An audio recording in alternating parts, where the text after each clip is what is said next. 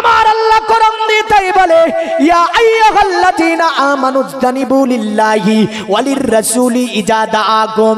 এ পৃথিবীর ঈমানদারেরা, এ পৃথিবী বিশ্বাসীরা শুনে রেখে দাও, আমি আল্লাহ তোমাদেরকে বলছি, অতএব তোমরা, অতএব ঈমানদারেরা, যখন তোমাদেরকে আমার নবী ডাক দেবে, আল্লাহর রাসূলের তরফ থেকে তোমাদের কাছে ডাক থাকবে, সব কাজ বন্ধ করে দাও। সব কাজ বন্ধ করে দেওয়ার পরে আমার নবীর ডাকে সাড়া দিয়ে দাও, এতেই তোমার জীবনের মঙ্গল আছে। আমার আল্লাহ বলে, বান্দা, তুমি যদি নামাজ পড়তে থাকো আর আমার নবী যদি তোমাদেরকে ডাক দেয়, নামাজ বন্ধ করে দাও, আমার নবীর ডাকে সাড়া দিয়ে দাও। এ বান্দা, পৃথিবীর জমিনে তুমি যদি আযান দিতে থাকো, আমার নবী যদি ওই সময় তোমাদের ডাক দেয়, আযান বন্ধ করে দাও, আমার নবীর ডাকে সাড়া দাও, এতেই তোমার জীবনে মঙ্গল আছে। আমার আল্লাহ বলে, পৃথিবীর ঈমানদারেরা, যদি তুমি কোরআন পড়তে থাকো, আমার নবী যদি তোমাদেরকে ডাক দেয়, তুমি কোরআন পড়া বন্ধ করে দাও, আমার নবীর ডাকে তুমি সাড়া দিয়ে দাও, এতেই তোমার জীবনের মঙ্গল আছে। তাই আল্লাহ বলে, ইয়া আইয়ুহাল্লাযীনা আমানু ইসতানিবু লিল্লাহি ওয়ালির রাসূলি ইজা দাআকুম। এ পৃথিবীর ঈমানদার, যখনই আমার নবী তোমাদেরকে ডাক দেবে, সব কাজ বন্ধ করে আমার নবীর ডাকে সাড়া দাও, এতেই তোমার জীবনের মঙ্গল আছে। দুনিয়ার মুমিন মুসলমান সাহাবীরা আমার নবীজির ডাকে কেমন সাড়া দিয়েছিল, একটুখানি আগের দিকে বাড়াবো। তবে আমি যদি সাহাবীদের অনুসরণ করে চলতে পারি, নবী বলেছেন তোমরা হেদায়েত পেয়ে যাবে। নবী বলেন, আসহাবী কান নুজুম, আমার প্রতিটি সাহাবী হচ্ছে তারকার মতো। জোরে বলবেন না? প্রতিটি সাহাবী তারকার মতো। তোমরা যাকে অনুসরণ করবে, তোমরা কি পাবে? হিদায়াত পাবে। তো সাহাবীদের মধ্য থেকে আমরা যদি দেখতে যাই, তারা কতটা অনুসরণ করেছিল আমার বিশ্বনবী মুহাম্মদ সাল্লাল্লাহু আলাইহি সাল্লামকে। বুখারী শরীফের হাদিস, আল্লাহর নবীর একজন সাহাবী, এই সাহাবীর নাম ছিল সাঈদ ইবনে মুআল্লা রাদিয়াল্লাহু তাআলা আনহু। কি নাম বললাম? সাঈদ ইবনে মুআল্লা। আমার নবীজি সাঈদ ইবনে মুআল্লাকে দেখলেন, তিনি নামাজে দাঁড়িয়েছে। কিসে দাঁড়িয়েছে? সাহাবী নামাজে দাঁড়িয়ে গিয়েছে। নবীজি আমার সাঈদ ইবনে মুআল্লাকে ডাকছেন, সাঈদ। সাহাবীর কানে নবীজির আওয়াজ এসেছে। সাহাবী ভাবছে, আল্লাহ এখন নামাজ পড়বো না নবীর ডাকে সাড়া দেব। কারণ সাহাবীর নামাজ আমাদের মতো নামাজ ছিল না।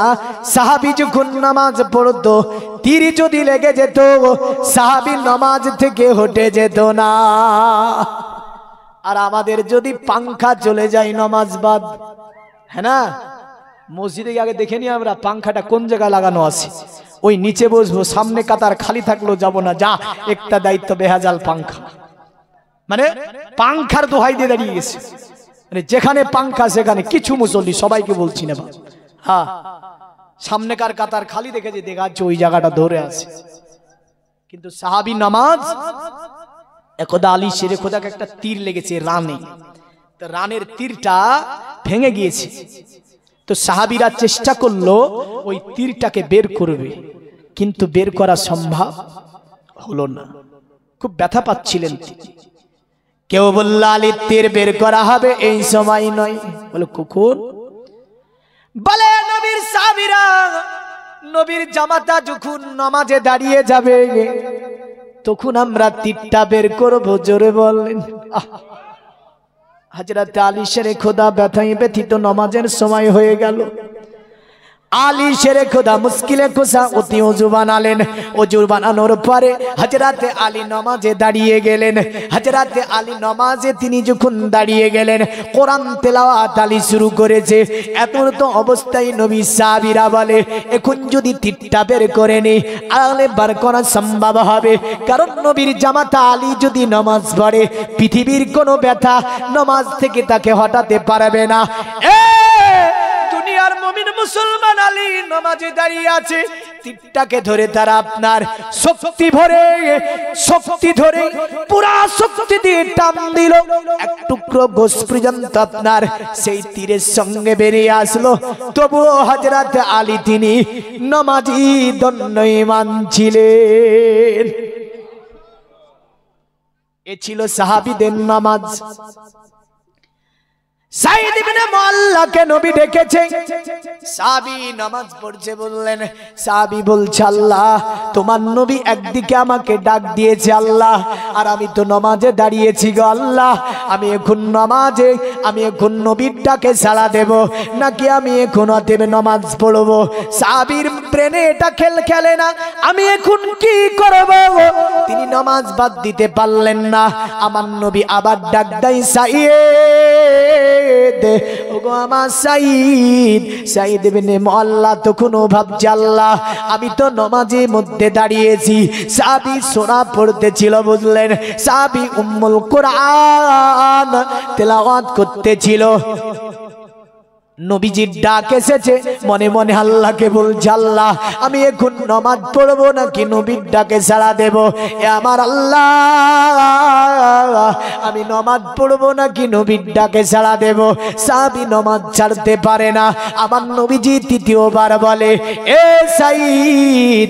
সাঈদ ইবনে মুআল্লা নামাজ ছাড়তে পারে না। সাহাবী তাড়াতাড়ি করে নামাজ পড়লেন, নামাজের কাজ কমপ্লিট করলেন। কমপ্লিট করার পরে দৌড় দিয়ে আমার নবীজির কাছে চলে গিয়েছে। নবীজিকে সালাম দেয়, আসসালামু আলাইকা ইয়া রাসূলুল্লাহ ইয়া হাবিবাল্লাহ। আমার নবীজি সালামের জবাবখানা ফিরিয়ে দিলেন। আল্লাহর নবী বলে, আমার সাহাবী এত লেট করে কেন তুমি আসলে? তোমাকে আমি তো অনেকক্ষণ আগেই ডাক দিয়েছি। সাহাবী দাঁড়িয়ে বলছে, ইয়া রাসূলুল্লাহ আপনার কদম তলে মা বাপ কুরবান করে দিয়ে আমার, ওগো নবীজি আপনি যখন প্রথম ডাক দেন আমি সাহাবী নামাজে দাঁড়িয়ে গিয়েছিলাম, আমি সাহাবী নামাজ ছাড়তে পারি না। ওগো নবীজি আপনি যখন দ্বিতীয় ডাক দেন আমি তখনও নামাজে ছিলাম। ওগো নবীজি আপনি যখন আমাকে তৃতীয় ডাক দেন তখনও আমি নামাজের মধ্যে ছিলাম। আমি সাঈদ নামাজ ছাড়তে পারি না। আমার নবী বলে, আমার সাহাবী আমি দেখেছিলাম তুমি নামাজের মধ্যে দাঁড়িয়েছিলে, তবু আমি নবী তোমাকে ডাক দিয়েছিলাম।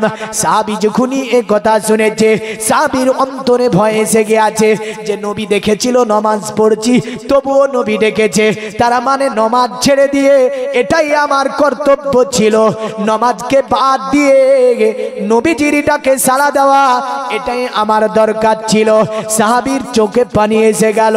নবীর দরবারে হাত দুটি জোর করে বলে, নবী গো, ওগো আল্লাহ নবী দয়া করে মাফ করে দেন, আমাকে ক্ষমা করে দেন, কারণ আমি সাহাবী জানতে পারিনি আপনি যে আপনি নামাজ পড়তে বা আমি নামাজ পড়ছিলাম এটা আপনি দেখেছিলেন। ওগো নবীজি আমি নামাজের কারণে সাড়া দিতে পারিনি। আমার নবী বলে, সাহাবী তুমি কি কোরআন পড়নি? কোরআন কি তুমি জানো না? কোরআনের ওই আয়াত কি তোমার ব্রেনে ছিল না?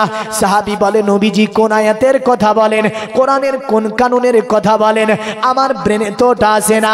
নবীজি বলে, কেন তোমাকে আল্লাহ বলেনি ইয়া আইয়ুহাল্লাযীনা আমানুস্তানিবু লিল্লাহি ওয়ালির রাসূলি ইজা দাআকুম? এ ইমানদার, যখন তোমাদেরকে নবী ডাক দেবে সব কাজ বন্ধ করে দিয়ে নবীর ডাকে সাড়া দেওয়া, এই আয়াত কি তোমার ব্রেনে ছিল না? এই আয়াত কি তোমার জানা ছিল না? সাহাবী বলে, ইয়া রাসূলুল্লাহ ইয়া হাবিবাল্লাহ, ওগো নবী এই আয়াত আমার ব্রেনে ছিল না, এই আয়াতের কানুন আমার জানা ছিল না, এই আয়াত আমার স্মরণে ছিল না। আমার নবীকে বলে, নবীজি ক্ষমা করে দিন, মাফ করে দিন, নতুবা আপনার ডাকে সাড়া দিতে পারেনি। পৃথিবীর জমিনে নামাজের কাজা আদা করে নেওয়া যায়, রোজার কাজা আদা করে নেওয়া যায়, কিন্তু ওগো নবী আপনার হুকুমের কাজা পৃথিবীতে আদা করা যায় না। আপনি এমন নবী পৃথিবীতে, ওগো নবীজি আপনি আমাকে মাফ করে দেন। আমার নবীজি সাঈদকে বলে, সাঈদ কেঁদো না। সাহাবী চট করে নবী আমার সাহাবীর হাতের গোড়ালিটাকে ধরে ফেললেন। ধরে ফেলার পরে বলে, আমার সাহাবী আমি নবী কি তোমাদেরকে এমন জিনিস এনে দিইনি যেটা পাঠ করলে তুমি আল্লাহর জান্নাতে চলে যাবে। আল্লাহ হুম্মা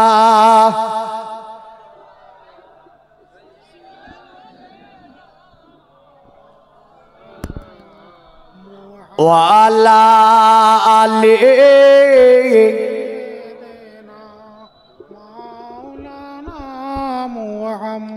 আরে খুশবু আমার নবী। তো নবীজি সাল্লাল্লাহু আলাইহি ওয়াসাল্লাম তিনি সাহাবীর কোন জায়গাটা ধরেছে, কোন জায়গাটা খাপ করে কবজা ধরে ফেলেছে। আর কি বলল কথাটা, এ সাহাবী আমি কি তোমাদেরকে এমন জিনিস দিইনি যেটা পাঠ করলে তুমি আল্লাহর জান্নাতে যাবে? তো সাহাবী বলছে হ্যাঁ নাম হায়া রাসূলুল্লাহ, নিশ্চয় আপনি এমনও জিনিস আমাদেরকে দিয়েছেন যেটা পাঠ করলে আল্লাহর জান্নাতে চলে যাব। জোরে বলেন নবী এমন জিনিস দিয়েছে না দেয়নি আমাদেরকে? পরীক্ষা করব কজনের কাছে আছে, যার কাছে নাই ওয়াদা করেন,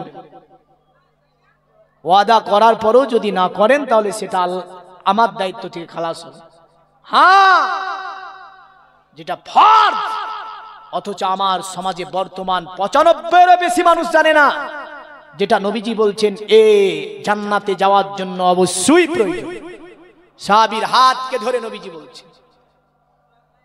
তাহলে বোঝা গেল নবী যা দিয়েছে সবই আমাদের কল্যাণের জন্য। কার কল্যাণের জন্য? এই কারণে সনাতন ধর্মে আপনার একটা কিতাব আছে, যে কিতাবের নাম হচ্ছে ভবিষ্য পুরাণ। এই ভবিষ্য পুরাণের মধ্যে বলেছে সুন্দর করে, কেমন করে জানেন? অতিবেলুসলিলন্তরে মিলোচ্চাচারজেন সম্ভাবিত মহামাদিতি খ্যাত শিক্ষকা সম্ভাবিত নিপ্রসিচাপ মহাদেবং মুনিস্তল নিবাসী নমো গঙ্গা জনিষ্ঠ সংস্নপ্য পঞ্চগব্য সম্ভবিতে নমস্তে বিরিজানাথ মোর স্থল নিবাসিনে তিপ্রার সুরনাশায় বহুমায়া প্রবার্ধিনে। তারা বললে জগতের মানুষেরা শুনে রেখে দি, দুনিয়ার জমিনে অতএবই মোহাম্মদ নামে যে ব্যক্তিটা আসবে, আমরা আরবিতে বলি মোহাম্মদ, আর সংস্কৃতি ভাষায় একে মোহাম্মদ বলা হয়েছে। একটুখানি দিক ওদিক করা হয়েছে, তবে হ্যাঁ সংস্কৃতি ভাষায় বেদের মধ্যে নামটি এইভাবে লেখা আছে। বললেন নরা সংসং সুতিষ্ঠে জম্প সংসপ্রো থস্তমাং, মানে নরাসং নামে পৃথিবীতে একজন ব্যক্তি আসবে। নরাসং শব্দটির অর্থ হচ্ছে প্রশংসিত, আর মোহাম্মদ শব্দটার অর্থ হচ্ছে প্রশংসিত। সংস্কৃতি ভাষায় তাকে নরাসং বলেছে, আর আপনার আরবি ভাষায় যার নাম মুহাম্মাদুর রাসূলুল্লাহ সাল্লাল্লাহু আলাইহি সাল্লাম। তবে হ্যাঁ কোরআনে নবীজির আর একটা নাম এইভাবে আছে, কোরআনে এভাবে বলে মুবাশশিরাম বিরাসূলি ইয়াতি ইসমুহু আহমদ। অতএব ঈসা নবী বলল আমার পরে এই ধরাতে একজন নবী আসবে যে নবীর নাম হবে আহমদ। আর বেদে এই নামটাকে এইভাবে বলেছে আমিদ্দি পিতুস প্রিমেদামৃতস্য জগ্রব। আহমদ নামে দুনিয়ার জমিনে যে ব্যক্তিটা আসবে, আল্লাহ পাক জ্ঞান গরিমা দেওয়ার পরে দুনিয়ার জমিনে আল্লাহ তাকে পাঠাবে। জোরে বলেন সুবহানাল্লাহ। এ জগতের মুমিন মুসলমান, যদিও বেদে একটা মন্ত্রে ইঙ্গিত করেছে এইভাবে, অথর্ব বেদে এইভাবে ইঙ্গিত করে বলছে মধ্যবর্তীতা দেবাদাক্রান্তে প্রাকৃতিতা বিষ্ণাং ভক্তেন সদামেদা শাস্ত্রে চাশ্রিতা। যেমন ঋষির নামের প্রথম অক্ষর হবে ম, আর শেষ অক্ষর হবে দ। আমাদের নবীর নামের প্রথম অক্ষর কি? কি গো? নবীর নামের প্রথম অক্ষর, শেষ অক্ষর দ। তাই অথর্ব বেদে বলল মধ্যবর্তীতা দিবাদিক্রান্তি প্রাকৃতিতা বিষ্ণাং ভক্তেন সদামেদা শাস্ত্রে চাশ্রিতা, মানে যে মনঋষির নামের প্রথম অক্ষর হবে ম, শেষ অক্ষর হবে দ। বিষ্ণাং ভক্তেন সদামেদা শাস্ত্রে চাশ্রিতা, যিনি দুনিয়ার জমিনে আসার পরে গরুর গোশত ভক্ষণ করাকে সর্বকালের জন্য শাস্ত্র অনুযায়ী বৈধ ঘোষণা করবেন, তিনি বেদ অনুযায়ী শেষ ঋষি হবেন। তাকে মান্য করা অপরিহার্য, তাকে মানলে ধর্ম হবে, আর তাকে না মানলে ধর্ম হবে না। নবীকে না মানলে ধর্ম হবে? নবীকে না মানলে জান্নাত পাওয়া যাবে? যাবে না। দুনিয়ার নবীর মুসলমান, তবে আর একটা নামও বেঁধে আছে এইভাবে, ষষ্ঠী সহস্র নব তিন চকরাম আর উসমে সুদম্ম হে। তারা বলল যখন মক্কার জনবস্তি ছিল 60,090 জন, তাদের মধ্য থেকে আমরা একজনকে পেয়েছিলাম কোরাম। কি নাম বললাম? কোরাম। কোরাম শব্দটি সংস্কৃত শব্দ। এই শব্দের যদি বাংলা করা হয় হবে হিজরতকারী। কি কারী? হিজরতকারী। আর সংস্কৃতি ভাষায় আছে কোরাম, মানে তিনি কোরাম হিজরতকারী নামও খ্যাত থাকবে। আর যিনি 60,090 জনের মধ্যে হবে হিজরতকারী, তিনি কে? তিনি আমার নবী। তাদের বিখ্যাত একটা কিতাবের নাম কলকি অবতার। পুরাণের মধ্যে এইভাবে বলেছে, দেবা ধর্মা কিত্র যুগা দেবালা কাচ্চা চারা ঘুষ্টা পৃষ্টা সন্তুষ্টা কলক রজনী চাপুবা নানা দেবাদিলিঙ্গি সুভূষানি ভূষিতি সুচা ইন্দ্রজালি বুদ্ধাতি কল্প কা পূজা কা জনানা সন্ধি। কলকি অবতার পুরাণের মধ্যে বলল, শোন, ওই ব্যক্তিটার আবির্ভাব যখন হবে, দেব মূর্তি যত আছে সকলেই জানো উনাকে সেজদা করবে, মানে উনার সম্মান করবে।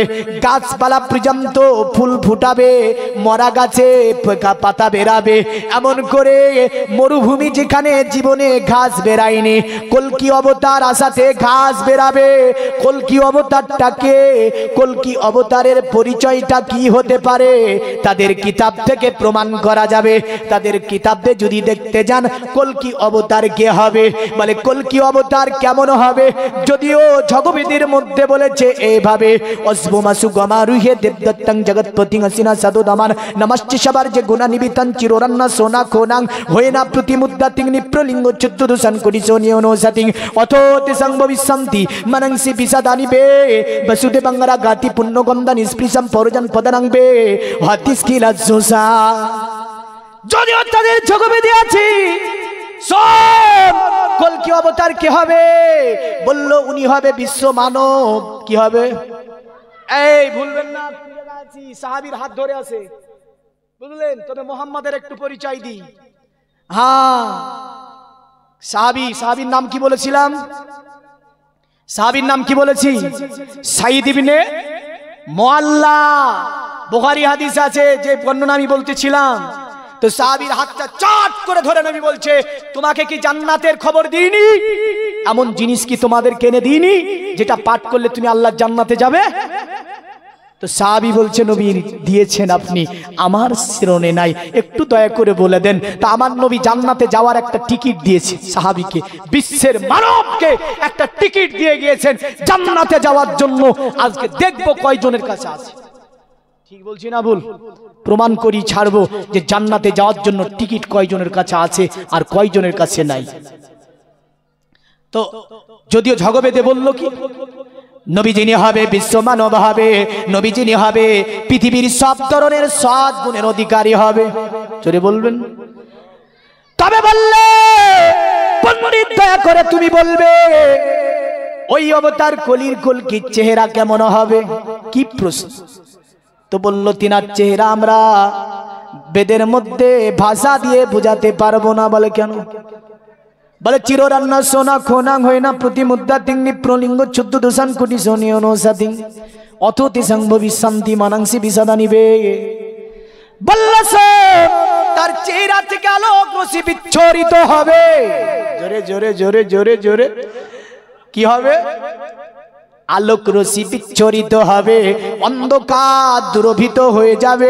এমন করে তার চেহারা নয়, পুরো শরীর থেকে যেন আলোক রশ্মি বেরাবে, মানে তাকে দেখি চিনা যাবে ইনি হচ্ছে অবতার কলির কলকি, মানে তিনি মোহাম্মদ। যার কারণে অনেক আমাদের কবির মধ্যে বলেছে জুলফুকো রুক সে হাটা দো তো কামার শর্মায়ে, जुल्फों को रुख से हटा दो तो कमर शर्माए, मुस्कुरा दो तो अंधेरों में सागर हो जाए। जोरे जोरे जोरे आरो जोरे बोलते হবে সুবহানাল্লাহ। বললা তাই নাকি? বলে হ্যাঁ। আরো বলল শোন, তবে অবতার কলির কলকি যিনি হবে নিপ্রলিঙ্গ 14 দূষণ কোটি নিয়ন সেটিং, তিনি দুনিয়াতে একটা বিচিত্রপূর্ণ ছেলে হবে। আর ওই ছেলেটিকে জন্ম দেবে কে? যদিও আপনার অথর্ব বেদে এভাবে আছে, অতএব তিনি আসবে সম্বলে বিষ্ণু জসেতে করে মহা দুর্বম মোহাম্মদ সুমাতং মতুরি বিবো। সম্বুল। আমি খুব তাড়াতাড়ি থেকে হটে যাব, কারণ আমি বেদের মধ্যে ঢুকে গেলে পুরো ওয়াজটা এখানে বেদে শেষ করে দিতে পারি, বুঝলেন তো? আমি ঢুকে গিয়েছি, তাই নবীর পরিচয়টা দিয়ে। আল্লাহর পরিচয় তো কোনো এখনো মন্ত্র পড়িনি আমি বেদ থেকে। আল্লাহর পরিচয় বহুত মন্ত্র এ বেদে আছে। হ্যাঁ, তো বলেছে কি? বলছে ওটা একটা বিচিত্রপূর্ণ ছেলে হবে। মায়ের নাম কি হবে? সুমাতং মতুরি বিবো, মানে ওই ছেলেটিকে জন্ম দেবে সুমতি নামে নারী। বাবা হবে বিষ্ণুযশ। বিষ্ণুযশ শব্দটি সংস্কৃতি শব্দ। এই বিষ্ণুযশের বাংলা করলে হবে আল্লাহর দাস, আল্লাহর গোলাম। আর আরবি করলে হবে আব্দুল্লাহ, মানে তিনি আব্দুল্লাহর ঘরে আসবে। জোরে বলেন সুবহানাল্লাহ।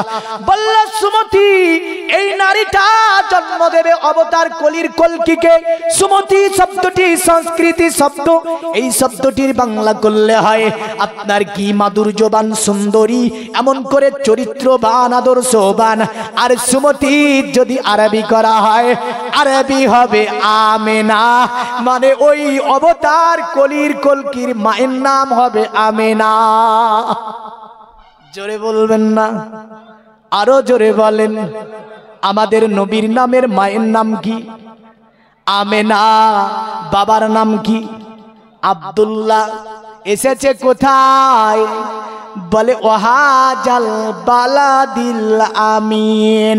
কোরআন বলছে লা উকসিমু বিহাজাল বালাদ ওয়া আনতা হিল্লুম বিহাজাল বালাদ ওয়া ওয়ালিদিউ ওয়া মা ওয়ালাদ। আল্লাহ বলছে মক্কার কসম কেন করেছি জানেন নবী? কারণ এই মক্কাতে আপনি জন্মগ্রহণ করেছেন। এই মক্কার পুত্র, আপনার পুত্র পিরুষ যারা, তারাও জন্মগ্রহণ করেছে মক্কায়। এই কারণে আমি আল্লাহ মক্কার কসম করেছি। জোরে বলেন সুবহানাল্লাহ। যাকে আরবিতে আপনার সংস্কৃতি ভাষায় বলল সম্বল বিষ্ণু জসিত গ্রহে দুর্বম্য, মানে তিনি আসবি সম্বল নামে শহরে। সম্বল শব্দটির অর্থ হচ্ছে আপনার সংরক্ষিত এলাকা। আর আরবিতে বলতে গেলে বলতে হবে ওয়াহাজাল বালাদিল আমিন। আমানতের শহর হচ্ছে মক্কা, শান্তির শহর হচ্ছে মক্কা। জোরে বলেন। বললে ওটা একটা বিচিত্রপূর্ণ ছেলে, কারণ নিপ্রলিঙ্গ 14 দূষণ কোটি সেটি, মানে তিনি খাতনা করা অবস্থায় দুনিয়ার জমিনে পদার্পণ করবে। ভবিষ্যন্তি। আর তাকে যদি অবতার কলির কলকিকে যে মেনে নেবে, পৃথিবীর জমিনে ওই ব্যক্তিটাই শান্তি পাবে, নতবা শান্তি পেতে পারে না।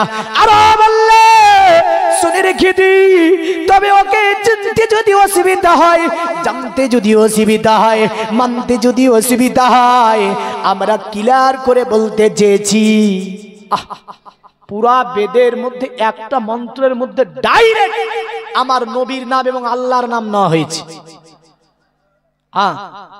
মন্ত্রটা এভাবে লেখা আছে, ওই মন্ত্রটা আছে হোতার বিন্দ্র মহাশ্রীন্দ্র বল্লা জিষ্টম শিষ্টম পূর্ণ ব্রহ্মলাম আল্লাহ রসুল মোহাম্মদ রকম্বর সাল্লাল্লাহু মাদলাং বুকমিকম আল্লাহ বুকামিল্লাহ খিলার্থী।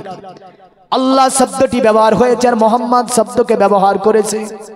যদিও মোহাম্মদের অনেকগুলি নাম আমি শুনিয়েছি আপনাকে, তবে মোহাম্মদ আহমদ এই দুটো দুটি হচ্ছে নাম কোরআনে, বাদবাকি নবীজির আরো গুণবাচক নাম কোরআনে আছে। অনুরূপ ভাবে অনেক জায়গায় নবীর গুণবাচক নাম আমরা দেখতে পাই।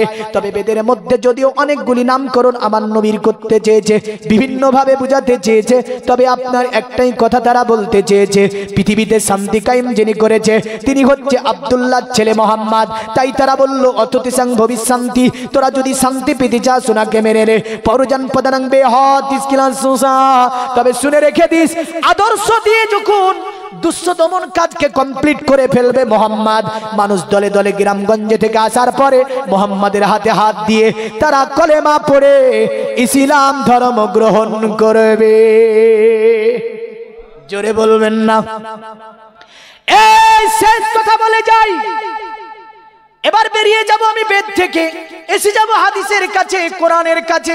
তবে তারা বলেছে আপনার ভবিষ্যৎ পুরাণের মধ্যে আপনার এইভাবে নমস্তে বিরিজানাত মুরিস্তাল নিবাসিনে তীব্র সুরনসে বহুময়া প্রবার্তিনে।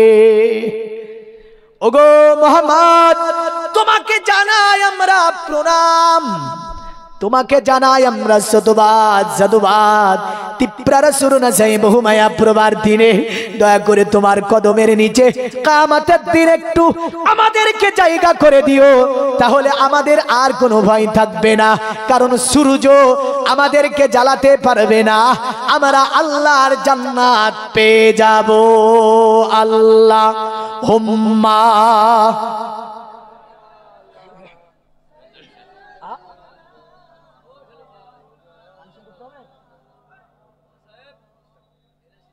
আচ্ছা, ওয়ালা আলে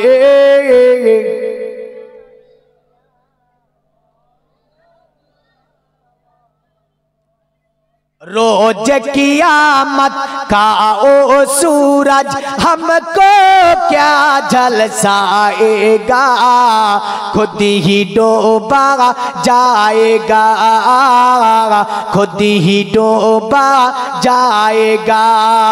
जुल्फे मुअम्बर के छाई में करेंगे हम आराम, मदीना तुझे सलाम। जोरे बोलूं, मदीना तुझे सलाम। नामे नबी हम लेते हैं और हासिदी क्यों जल जाती है, माथे पे बल आती है, माथे पे बल आती है। दिल की तकती पर लिखते हैं अमर नबी का नाम। अरे उर्दूर मध्य बांगलाओ तो बोले दीजिए, আমার নবী কা নাম মানে কি, আমার নবী মানে কি, আমাদের নবী। আরে দিল কি তকতি पर लिखते हैं আমার নবী কা নাম, মদিনা তুঝে সালাম, মদিনা তুঝে সালাম। নূর का सागर नूर का महक नूर का छलका जाम, मदीना तुझे सलाम, मदीना तुझे सलाम। साहिल रहमत का ओ साहिल कैसा होना काम, मदीना तुझे सलाम, मदीना तुझे सलाम। जोरे बोलूं, আর একটু জোরে বলতে হবে। এ দুনিয়ার মুমিন মুসলমান সাহাবীর হাত গলাকে ধরে আছে, নবী বলে সাইদ আমি কি তোমাদেরকে জান্নাতে যাওয়ার জন্য তোমাদেরকে আমি এমন জিনিস এনে দেইনি? সাহাবী বলছে হ্যাঁ ইয়া রাসূলুল্লাহ, তবে আমি সাহাবী একটু আমাকে বলে দিলে ভালো হয়। নবী বলে সাহাবী যেটা তোমাকে মক্কাতেও দিয়েছি মদিনাতেও দিয়েছি, আল্লাহ আমার উপরে মক্কাতেও নাজিল করেছে মদিনাতেও নাজিল করেছে। এ সাহাবী ওটা যখন তুমি তেলাওয়াত করবে আল্লাহ তোমার নসিবে জান্নাতকে লিখে দেবে। জোরে বলেন সুবহানাল্লাহ। এই দুনিয়ার মুমিন মুসলমান আমি আপনাকে ছোট্ট করে হাদিসের অনুকূল থেকে এই দোয়ার কথাটা বলবো। তবে আপনার কাছে একটা রিকোয়েস্ট করব, এটা একটি মাদ্রাসার জালসা, কারণ এই মাদ্রাসাটি আপনার যেখান যদি মাদ্রাসা না থাকে মসজিদের নামাজ সঠিক হবে না, মাদ্রাসা যদি না থাকে বিবাহ পড়া মানুষ পাওয়া যাবে না, মাদ্রাসা যদি না থাকে জানাজার নামাজ পড়ানো মানুষ পাওয়া যাবে না, মাদ্রাসা যদি না থাকে আপনার মানুষ মরে গেলে কানুন কি হবে তা জানা মানুষ থাকবে না, মাদ্রাসা যদি না থাকে আপনি কি জানতে পারবেন পৃথিবীর জমিনে অতএব বান্দাকে কি করে জানাজা পড়িয়ে দাফন করতে হবে, মাদ্রাসা ছাড়া জানতে পারা যাবে না। তাহলে আমরা মাদ্রাসার একটি উন্নতি কল্পে জালসা মাহফিল আয়োজিত হয়েছে, এই দুয়ার কথা বলবো। তবে 5 জন আমি আপনার দিনদার ইমানদার পরেজগার মুত্তাকি বাবাজিকে দেখতে চাই, মাত্র 5টা করে 1000 টাকা নবীজির মাদ্রাসায় দিয়ে দুয়ারের কথাটা শুনে নেবে। আমি কিন্তু কালেকশন করব না, দেখেন ওয়াজ শোনাবো, বুঝলেন? কারণ ওয়াজের মধ্যে কালেকশন একটু ডিস্টার্ব হয়, আমি একটু টাচ দিলাম না। এমন কোন বাপ যুবক পৃথিবীতে লাখো লাখো কোটি কোটি টাকা খরচ হয়ে গিয়েছে, কিন্তু জেনে রাখবেন নবীজি বলেন আমার মাদ্রাসায় যা খরচ করবে, আল্লাহর ঘরে যা খরচ করবে, যা সাদাকা হবে, এর বদলা আমার আল্লাহ ও রাসূল কিয়ামতে দিয়ে দেবে। জোরে বলেন। নাই 5000 টাকার একজন ব্যক্তি যে আল্লাহর ঘর মাদ্রাসাকে দেবে, দোয়ারটা বলবো। সাইদ ইবনে মুআল্লার কবজাখানাকে ধরে নবীজি বলছে, এই সাহাবী, দোয়াটা তোমাকে মক্কাতেও দিয়েছি মদিনাতেও দিয়েছি। জোরে বলেন সুবহানাল্লাহ। তো বলেন তো একজন 5টা 1000 টাকা দেরি করব না, কারণ কালেকশন ওইভাবে আমি করব না।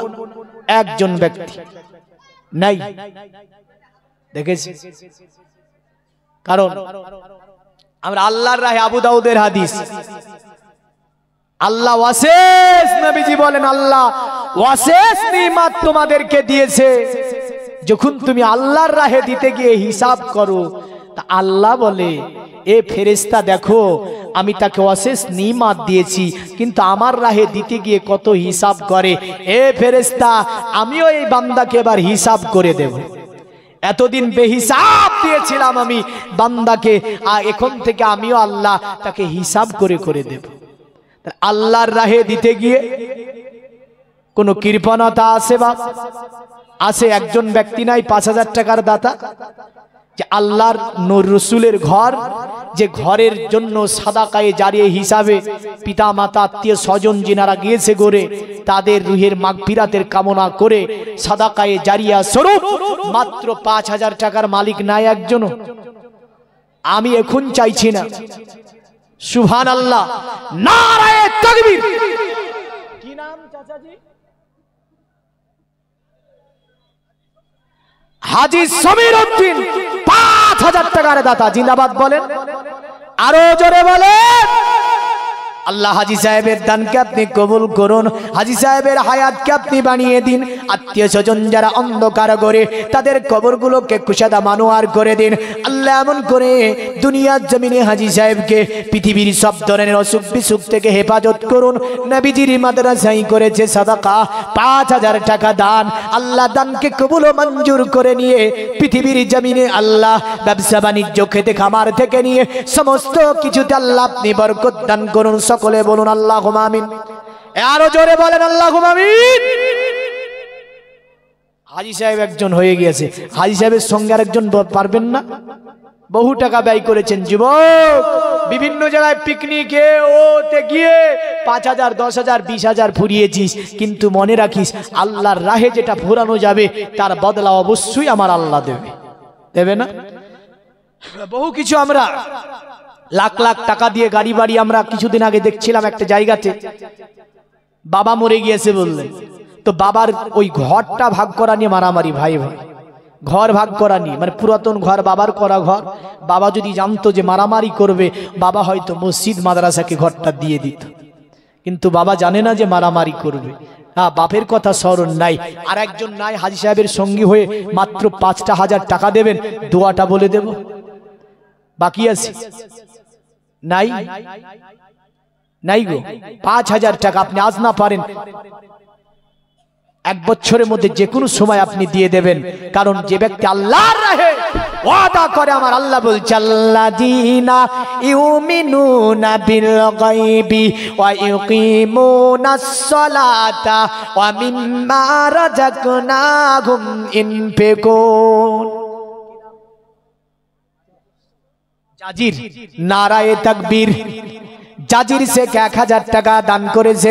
আল্লাহ যে আশায় যে উদ্দেশ্যে দান করেছে, উদ্দেশ্য আশাকে আল্লাহ আপনি পূর্ণ করুন। জাজির শেখের হায়াতকে বাড়িয়ে দিন আল্লাহ, মন করে যে উদ্দেশ্য নিয়ে দান করেছে, উদ্দেশ্যকে আল্লাহ আপনি পূর্ণ করুন। আল্লাহ শুধু তাই নয়, দুনিয়ার জমিনে এই টাকা নবীর ঘর মাদ্রাসাকে দিয়েছে। কাল কিয়ামতের দিন আপনি আল্লাহ জাজির শেখের উপরে আপনি নবীজির শাফাআত নসিব করুন। দানকারীরো পিতা মাতা সুখে রেখো, কবরে নূরের তাজ পরায়া মাওলা উঠায় রোজ হাসরে। সকলে বলুন আল্লাহুম্মা আমিন। দুনিয়ার মুমিন মুসলমান, আপনাকে আমি বলেছি একটুখানি সামনের দিকে এগিয়ে এসে দেবেন, নামটা লিখে দেবেন, ইনশাল্লাহ দোয়া করে দেব। তবে আমি ওয়াজ নষ্ট করব না, ওয়াজ ইনশাল্লাহ আপনাকে শুনিয়ে যাব। দেখেন আমার নবীজি সাহাবীর হাতখানাকে ধরে আছে। তবে একটা জিনিস, মন মানসিকতা উদারতা, বর্তমান যদি আমাদের আপনার সাহাবীদের যে মন মানসিকতা উদারতা ছিল, আমরা যদি কিঞ্চিত পরিমাণ সাহাবীদের উদারতা আমাদের অন্তরে এসে যায়, কিঞ্চিত পরিমাণ যদি থেকে যায়, বর্তমান মাদ্রাসা মসজিদগুলি আপনার ইট দিয়ে নয়, আমাদের কাছে যা মাল আছে সাহাবী উদারতা যদি মনে হয়, আমরা সোনা দিয়ে তৈরি করে দিতে পারবো। পারবো না? পারবো না? হ্যাঁ, সাহাবীদের মন মানসিকতা যদি একটু আমাদের এসে যায়, তাহলে ইট দিয়ে নয়, আমাদের কাছে যা মাল আছে, সাহাবীরা যেমন ইসলামের রাহে ব্যয় করেছিল, আমরা সোনা দিয়ে তৈরি করে দিতে পারবো। তা আমি সোনা দিয়ে চাইনি আপনার কাছে, কিঞ্চিত পরিমাণ 5,000 টাকা একজনকে পেয়েছি, আরো 4 জন পাক পাজাতনের মহাব্বতে একটা গজলও পাক পাজাতনের শুনিয়ে দেব যখন 5টা পুজে যাবে। আর যদি 5টা পুজে না পুজে, তাহলে গজলটাও হবে না। পাক পাজাতনের শানে কোরআনের আয়াত ইনশাআল্লাহ শুনিয়ে যাব। যদি আপনি পূজাতে না পারেন, তাহলে কিন্তু হয়তো এই জায়গায় সুবহানাল্লাহ সুবহানাল্লাহ, কেমন মন মানসিকতা উদারতা নিয়ে, কেমন প্রেম নিয়ে এসেছে দেখেন। বলছে মৌলভী সাহেব 1000 টাকা এখন দিয়ে দিলাম, 4000 টাকা পরে দিয়ে দেব। জোরে বলেন আল্লাহ ইনার দানকে আপনি কবুল মঞ্জুর করে নিয়ে, আল্লাহ যেমন মানুষ মানসিকতা ভালোবাসা নিয়ে নবীর ঘর মাদ্রাসায় 5000 টাকা করেছে দান, আল্লাহ দানকে কবুল মঞ্জুর করে নিয়ে আল্লাহ তার ব্যবসা বাণিজ্য থেকে নিয়ে, খেতে খামার থেকে নিয়ে, সমস্ত কিছুতে আপনি দ্বিগুণ বরকত দান করে দিন। সকলে বলুন আল্লাহুম্মা আমিন। ভাবছেন দেব কি দেব না, ফুরিয়ে যাবে না। খোদার কসম, নবীজি বলেছেন আল্লাহর রাস্তায় ব্যয় করলে মাল ফুরায় না, মাল বৃদ্ধি পায়। পৃথিবী উল্টিয়ে যাবে, নবীর কথা পাল্টাবে না। জোরে বলবেন না সুবহানাল্লাহ। নবী বলেছে বাড়াবে তো বাড়াবে, আপনার ব্রেনে শয়তান বলছে কমবে না, কমতে পারে না। নবীজি বলছে মাল বাড়ে, কারণ আপনি দেখতে পান না। আমার আল্লাহ বলে বান্দারে, তুই বিঘাতে কতরি রাই ফেলিস, সরিষা ফেলিস, ফেলিস তো 1 থেকে 1.5 কিলো সরিষা। আর আমি আল্লাহ তুই যা ফেলেছিস তাই যদি ফিরিয়ে দিতাম, আমি আল্লাহ 1 থেকে 1.5 কিলো সরিষা, বলেন তো সরিষা বুনতাম, খেতে পেতাম। আল্লাহ বলে বান্দা তুই তো ফেলেছিস 1 থেকে 1.5 কিলো, আর আমি তোকে ফিরিয়ে দিই কুইন্টাল কুইন্টাল। জোরে বলেন এ বান্দা, তুই কি দেখতে পাস না গম কতরি ফেলিস তুই? বলে কয় কিলো ফেলিস গম? আর আমি আল্লাহ বিঘাতে অতএব তোদেরকে কুইন্টাল কুইন্টাল গমকে ফিরিয়ে দিই। এ বান্দা, তুই কি দেখতে পাস না আমি আল্লাহ রব্বুল আলামিন জমিনের বুকে তুই চলাফেরা করিস, আমি আল্লাহ তোকে কত বড় বড় মুসিবত থেকে বেঁচিয়ে নি। বলে না লোকটা একটুর জন্য মরে যে, একটু হলেই মরে যেত, হ্যাঁ ওই ব্যক্তিকে বাঁচিয়েছে আল্লাহ। আল্লাহ বলে বান্দা তুই স্মরণ কর ওই দিনের কথা। কথাগুলি যেই দিন তুই যেতেছিলি আমি তোকে সেই জায়গা থেকে হেফাজত করলাম। তাহলে আমাদেরকে দিনগুলো স্মরণ করে রাখা দরকার। আমার আল্লাহ বলে বান্দা পদে পদে তোকে আমি আল্লাহ হেফাজত করে রেখেছি বান্দা। এ বান্দা তবে তুই আমার হয়ে যা, আমি আল্লাহ তোর হয়ে যাব। জোরে বলেন। দুটি পেয়েছে আর একজন নাই। আর একজন ব্যক্তি ভালোবাসা, প্রেম ও উদারতা নবীজির সঙ্গে রেখে একটু চট করে দাঁড়িয়ে বলেন তো মৌলভী সাহেব লাখ লাখ টাকা খরচ করে ফেলেছি, মেডিকেল করেছি, বিবি বাচ্চাদের জন্য ডাক্তারকে দিয়েছি, বিবি বাচ্চার জন্য ঘর বাড়ি করেছি, সন্তানের জন্য টাকা পয়সা জমি জায়গা করেছি, নবীজির মাদ্রাসার জন্য মাত্র ৫,০০০ টাকা। চট করে দাঁড়িয়ে বলেন তো দিয়ে দেব। নাই? আর একজন নাই? যাক, ওয়াজ বাড়াবো, তবে যদি মনে করেন দেব দিয়ে যাবে। ৫ জন পূজাবে, ৫ জন চেয়েছি, মাত্র ৫টা করে ১,০০০ টাকা। সাহাবীকে বলছে, সাহাবী বলে পৃথিবীর জমিনে কি তোমাদেরকে আমি উম্মুল কোরআন দিয়ে যাইনি? যখন আমার কোন উম্মত পৃথিবীর জমিনে উম্মুল কোরআন তেলাওয়াত করে, আমার আল্লাহ তার নসিবে জান্নাতকে লিখে দেয়। একটুখানি হাত তুলে বলেন তো উম্মুল কোরআন কজনের মুখস্থ আছে? হাত তুলে বলেন তো দেখি। সূরা ফাতিহা উম্মুল কোরআন মানে কি? সূরা ফাতিহা যেনাদের মুখস্থ আছে একটু আল্লাহর রাহে হাত তুলে সাক্ষী দেন তো মুখস্থ আছে আমাদের। মুখস্থ না থাকলে হাত তুলবেন না। এই দেখেন নামিয়ে দেন। আমি বলবো না যাদের মুখস্থ নাই তাদেরকে হাত তুলে লজ্জা দেব না গো। তবে আমি আপনাদেরকে বলবো মুসলমান ঘরে জন্ম নিয়েছেন, কারণ আমরা জাতি মুসলিম। যদি কোনো ব্যক্তি উম্মুল কোরআন মুখস্থ না করে, আমি জানি না পৃথিবীর কোন দোয়াকে জান্নাতে নিয়ে যাবে। নবীজি বলেন উম্মুল কোরআন ছাড়া নামাজ হবে না, উম্মুল কোরআন ছাড়া জান্নাতে যাওয়া যাবে না। তাহলে জিনাদের মুখস্থ নাই, একটু ওয়াদা করেন তো আপনারা যে মুখস্থ করে নেব। এই দেখেন আর একজন ভাই আমার 500 টাকা করেছে দান। এই দানকে আল্লাহ আপনি কবুল ও মঞ্জুর করুন, হায়াত দারাজ করুন, মুসিবত থেকে হেফাজত করুন। আল্লাহ বিবি বাচ্চা নিয়ে দুনিয়ার জমিনে সুখে শান্তি জীবন যাপনের তৌফিক দিন। সকলে বলুন আল্লাহুম্মা আমিন। নবীজি বললেন তোমরা যদি উম্মুল কোরআন যখন পড়বে, যখন মানে সূরাতুল ফাতিহা বান্দা যখন পড়ে, আমার আল্লাহ বান্দার নসিবে জান্নাতকে লিখে দেয়। পড়ো গো কোরআন মধুর বাণী, দিয়ে মন প্রাণ। জোরে বলুন, আরো জোরে বলতে হবে সুবহানাল্লাহ। নারায়ে তাকবীর। এই তো আওয়াজ দেখিস, নারায়ে তাকবীর। এত জোরে মারবেন পুরো শক্তি ব্যয় হবে। আল্লাহর নামে জাত ইসমে আজম। কেউ যদি একবার আল্লাহ বলে, আল্লাহ 10 বার তার বান্দাকে ডাক দিয়ে দেয়। আল্লাহ বলে বান্দা যখন আমাকে একবার ডাক দেয়, তো আমি আল্লাহ বান্দাকে 10 বার ডাক দিয়ে দিই। জোরে বলেন নারায়ে তাকবীর। পুরো শক্তি ব্যয় হবে। নারায়ে তাকবীর, নারায়ে রিসালাত। দিন ইসলাম, দিন ইসলাম, আল কোরআনের আলো, আল হাদিসের আলো। নারায়ে তাকবীর, নারায়ে রিসালাত। কারণ নবীজির নাম, আল্লাহর নাম নিতে গিয়ে আমরা কোনো কৃপণতা করব না। তো যাক বাপ, কালেকশনের জন্য বলেছি আপনারা দিয়ে যাবেন, দোয়া করব যখন আসবেন। তবে 2 জন পেয়েছি, 5টা করে 1000 টাকা 3 জনকে নেব। কারণ আপনি ভাবছেন মাল ফুরিয়ে যাবে, মাল ফুরাবে না। আমি আসি ওই জায়গাটায়। পড়ো গো কোরআন মধুর বাণী, দিয়ে মন প্রাণ। অন্তর তোমার সাদা হবে, পড়িলে কোরআন, জোরে বলুন।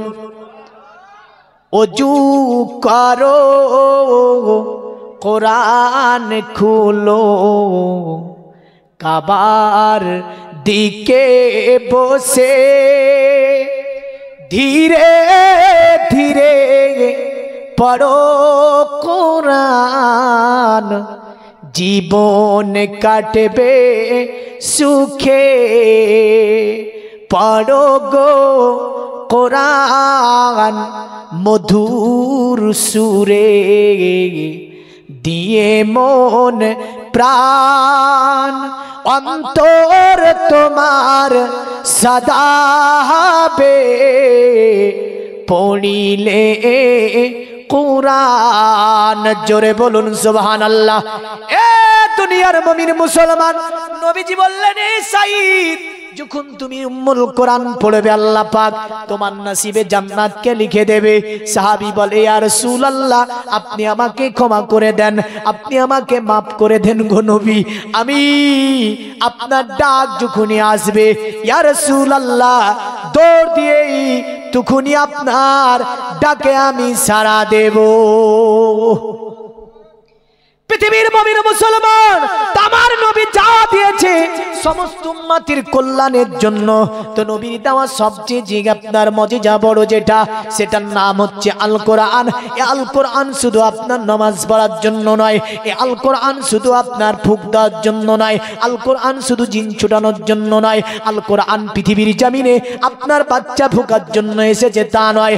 আল কোরআন বলে বিশ্বের মানুষ এগুলো তো আমার কাছে একটি ছোট ছোট কাজ, কারণ আমি আল কোরআন এসেছি বিশ্ব কেমন করে পরিচালনা করতে হবে, বিশ্ব কেমন করে চলবে।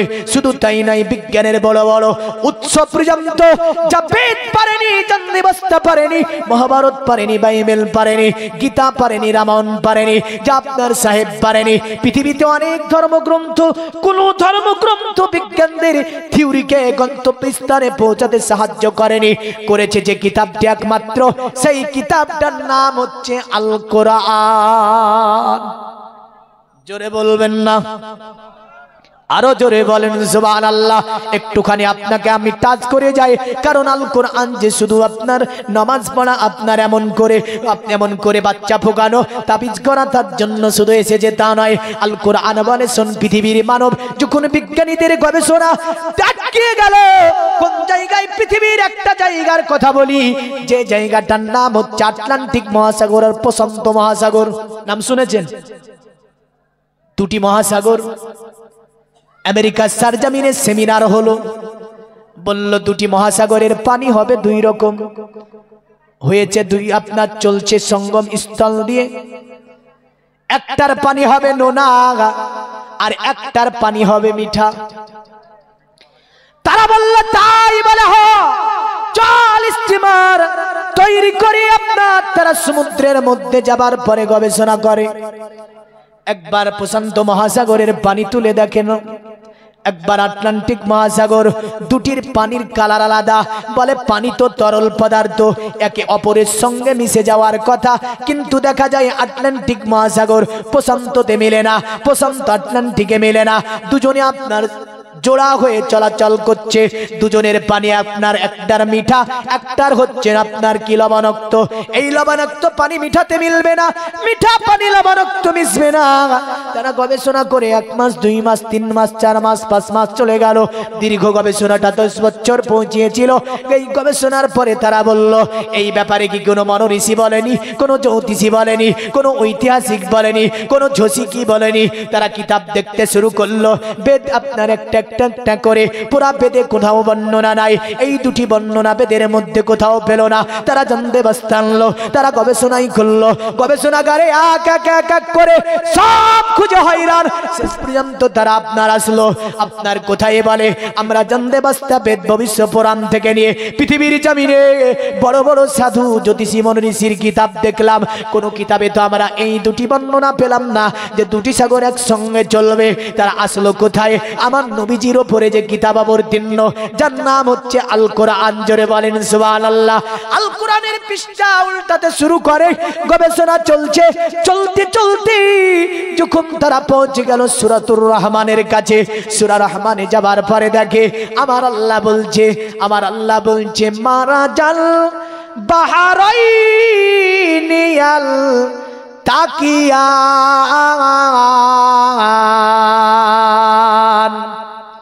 জোরে বলবেন না। আল্লাহ বলছে বাইনা গো মা বারজা খুল্লা এবগিয়ান।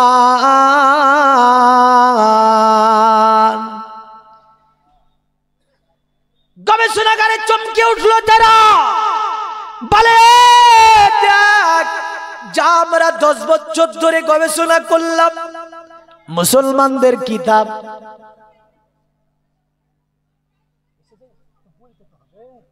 মুসলমানদের কিতাব, এই মুসলমানদের কিতাবে দেখ না কত কত সুন্দর করে লেখা আছে মারাজাল বাহরাইনি আল তাকিয়ান বাইনাহুমা বারজাখুল্লা ইয়াবগিয়ান।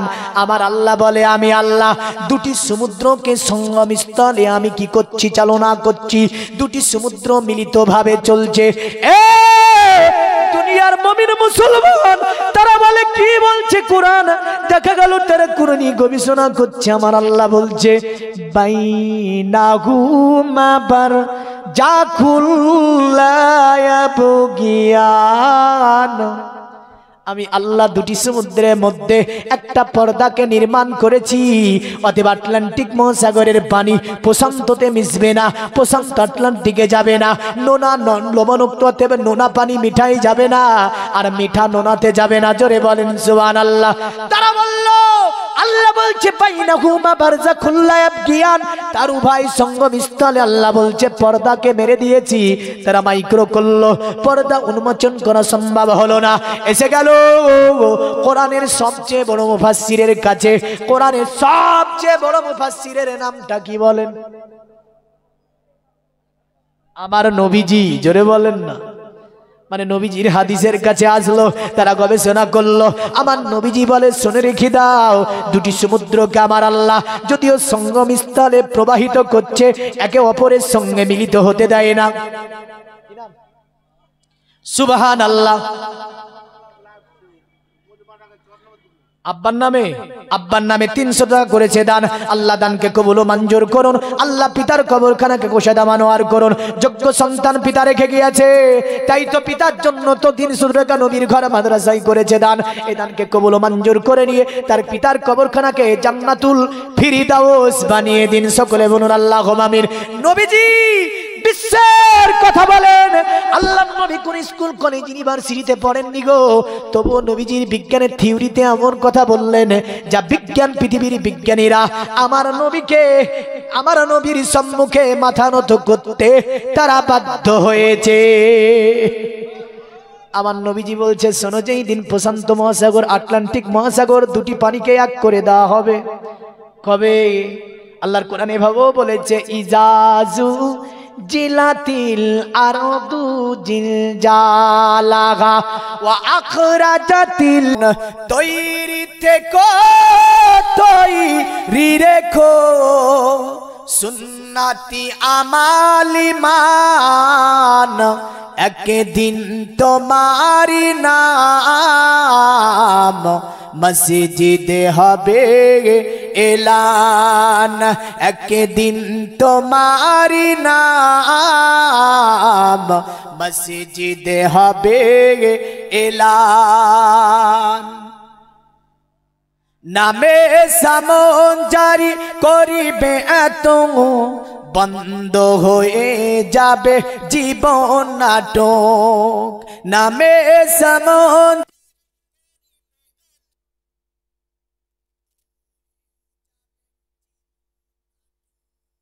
বাহাদুরি থাকবে না, দেবে জীবন ফুরিয়ে বসন্ত আসিবে শ্রাবণ।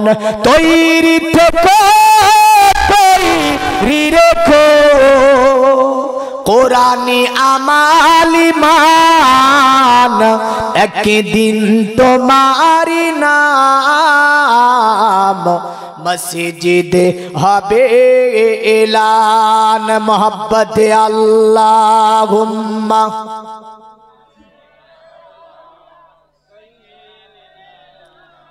মাওলানা মুহাম্মদ আলা আলি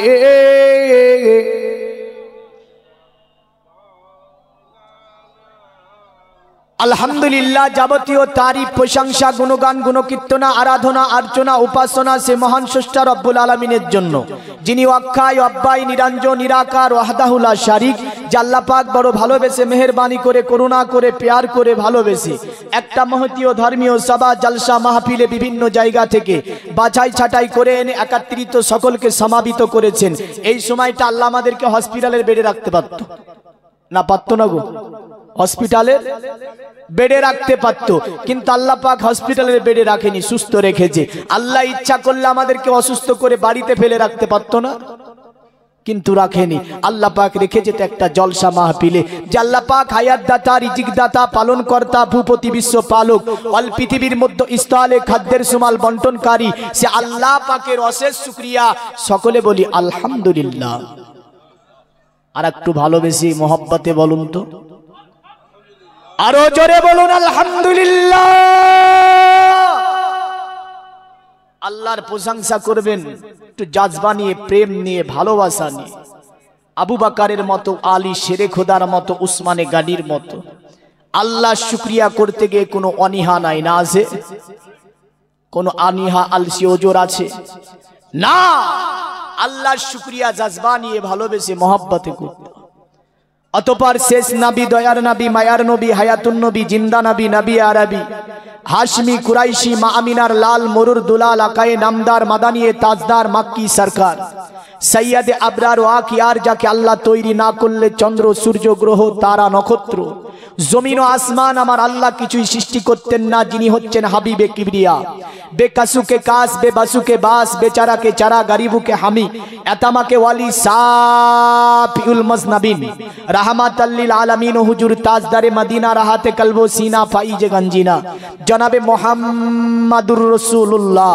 সকলে পড়ি সাল্লাল্লাহু তাআলা আলাইহি ওয়াসাল্লামের উপরে লাখো কোটি দরুদ ও সালাম অর্পিত বর্ষিত হোক। সকলে বলি আল্লাহুম্মা আমিন। দিনদার, ইমানদার, পরেজগার, মুত্তাকি বাবাজি ভাই জীবন, মহান রব্বুল আলামিনের অশেষ কৃপা যে তিনি সমগ্র পৃথিবীর মধ্য থেকে আজ বর্তমান পৃথিবীতে জনসংখ্যা 800 কোটি প্লাস, এর মধ্যে মুসলিম পার্সেন্টেজ 30 থেকে 32% মুসলিম। আল্লাহ বড় ভালোবেসে মেহেরবানি করে 68-70-এর মধ্যে না পাঠিয়ে এই 30-32% যে মুসলিম, এই মুসলমান পরিবারে আমার আল্লাহ আমাদেরকে পাঠিয়েছে। আল্লাহ দালিদ আদিবাসী সনাতনী বিভিন্ন কিছু ধর্ম আছে, সেই গোষ্ঠী বা সেই সম্প্রদায়ের মধ্যে না পাঠিয়ে একটা মুসলমান পরিবারে আমাদেরকে আল্লাহ পাঠিয়েছেন। এই শুকরিয়াটা আদা করে শেষ করতে পারা যাবে না? না যাবে? যাবে না। তো যাই হোক, যে আল্লাহ রব্বুল আলামিন তিনি যুগে যুগে নবী রাসূল পাঠিয়েছেন, অন্য নবীর উম্মত না বানিয়ে আমাদেরকে বানিয়েছেন মুহাম্মদ সাল্লাল্লাহু আলাইহি ওয়াসাল্লামের উম্মত। এটাও শুকরিয়া আদা করে আমরা শেষ করতে পারবো না। আমাদের যিনি নবী, তিনার নাম হচ্ছে মুহাম্মদ সাল্লাল্লাহু, সকলে বলবেন মুহাম্মদ সাল্লাল্লাহু আলাইহি ওয়াসাল্লাম। কোন ব্যক্তি ভালোবেসে মহব্বতে যখন আমার নবীর নাম একবার উচ্চারণ করে 12 ঘন্টা গুনাহে সাগিরা মাফ হয়ে যায়। জোরে বলবেন না? কারণ লা ইলাহা ইল্লাল্লাহ মুহাম্মাদুর রাসূলুল্লাহ যে ব্যক্তি ভালোবেসে একবার পড়ে নেয়, আল্লাহ পাক 24 ঘন্টার গুনাহে সাগিরাকে মাফ করে দেয়। জোরে বলেন সুবহানাল্লাহ। আমাদের নবী সাল্লাল্লাহু আলাইহি সাল্লাম তিনি সমস্ত নবীদের নবী। দুনিয়ার জমিনে তিনার উপদেশ, তিনার যে সম্প্রীতি তিনি দেখিয়েছেন, আল্লাহর নবী সাল্লাল্লাহু আলাইহি সাল্লাম যে আদর্শ শিখিয়েছেন, নবী পাক সাল্লাল্লাহু আলাইহি সাল্লাম যে চরিত্র জানিয়েছেন, শিখিয়েছেন, আজ বিশ্বকে চলমান করে রেখেছেন যিনি, তিনি হচ্ছেন আব্দুল্লাহ লাল জনাবে মুহাম্মদুর রাসূলুল্লাহ সাল্লাল্লাহু আলাইহি সাল্লাম।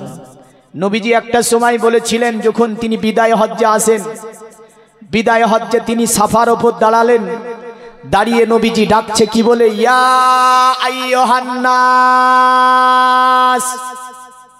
নবী কথা বললেন না, ইয়া আইয়ুহাল্লাযীনা আমানু, এই ইমানদারেরা বলে নবী ডাকেননি।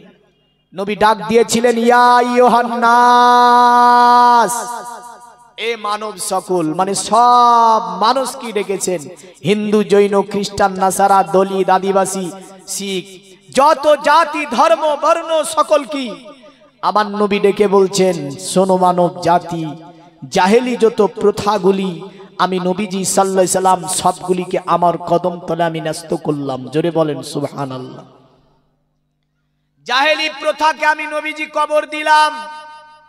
অতঃপর নবীজি ডেকে বলছেন, শোনো মানব সকল, আমি তোমাদের জন্য সুদকে হারাম করলাম। খাস করে আব্বাস বিন আব্দুল মুতাল্লিবের সুদকে আমি নবীজি আমার কদম তলে আমি পুঁতে দিলাম। জোরে বলেন সুবহানাল্লাহ। এই আব্বাস ছিল আরবের ব্যাং, তো তিনি আপনার উঠে গেলেন নবীর কাছে, নবীর হাতটা ধরলেন, আল্লাহ নবীর হাতটা ধরে বলছে, মুহাম্মদ, আপনি সুদকে হারাম করে দিয়েছেন। খাস করে আমি আব্বাস, আমার সুদের কথা আপনি আমার সুদকে হারাম করলেন, মানে মাফ করলেন, আর আমি আব্বাস আমার আসল যে টাকাগুলো দেওয়া ছিল ওগুলো মাফ করে দিলাম। জোরে বলেন সুবহানাল্লাহ। অতঃপর নবী ডাকলেন, এ নারী জাতি শোনো।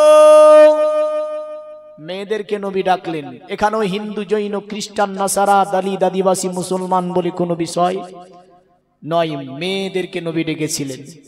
খুব মনোযোগ দেবেন প্রতিটা জায়গাতে।